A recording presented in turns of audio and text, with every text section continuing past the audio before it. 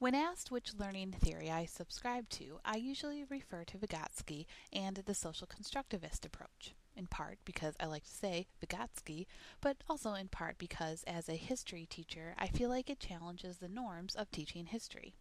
Yet, as I go further into my teaching career, I have noticed the importance of incorporating a variety of learning theories into my classroom.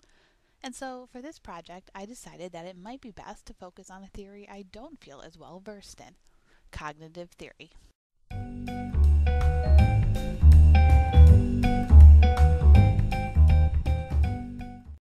In Daniel T. Willingham's article, Students Remember What They Think About, he lays out 5 ways that teachers should apply the cognitive theory.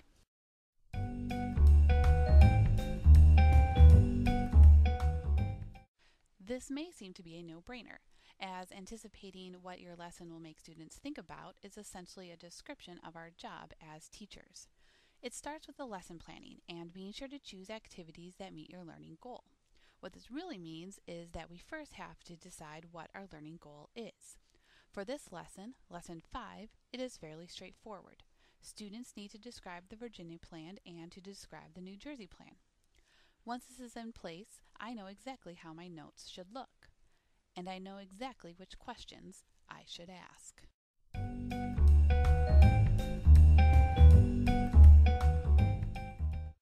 There is a time and place for discovery learning, and if not done appropriately, it results in a teacher wanting to tell the students, "Hey, everyone, shut up! For this lesson, discovery learning was not appropriate.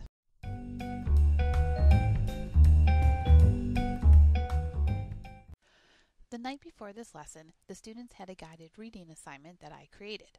There's nothing they hate more than when I create a guided reading because they know they have to think. I use Bloom's taxonomy to create my questions, which means that they will have at least a few high-order thinking questions. Like vegetables, they hate them, but it's good for them.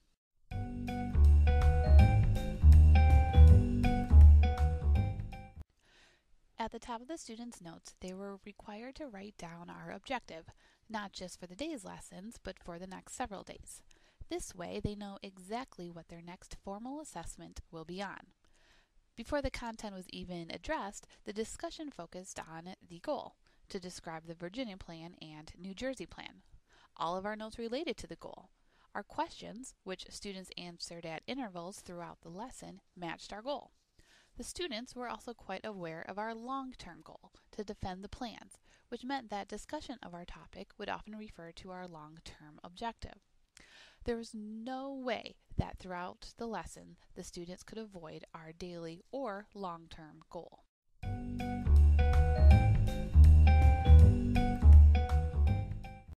At the end of the lesson, we had an exit slip assessment. The first question looks quite familiar. Describe the plan. The second question took it a bit further. Now students had to defend their plan, which also happened to be our long-term goal. To defend something properly, only the most important information is needed.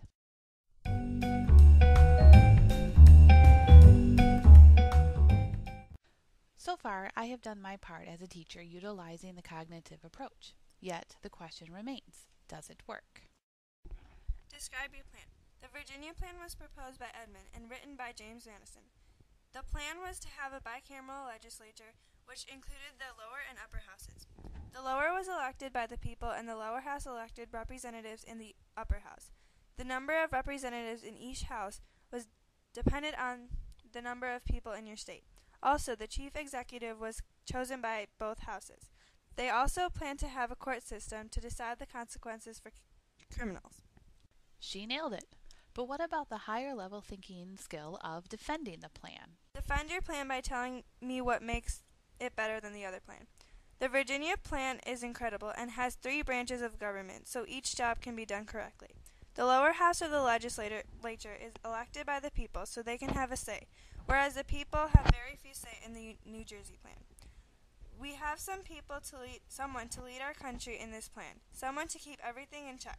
There is no one to do this in the New Jersey Plan, which would make our country very weak. We have made court systems so that people will follow the laws, and criminals and people who disobey the laws will be punished. Each state represents the number of people in the state, whereas the New Jersey plan doesn't allow this. Here, too, we see something great occurring. By using the cognitive approach, by the end of one 90-minute lesson, my student has gone from minimal knowledge of the Virginia and New Jersey plans to being able to support why the Virginia plan was better than the New Jersey plan. Perhaps here it is significant to point out that my instruction only described the plans. It was by incorporating these cognitive approaches that higher level thinking emerged on its own. I think we can call this lesson a success.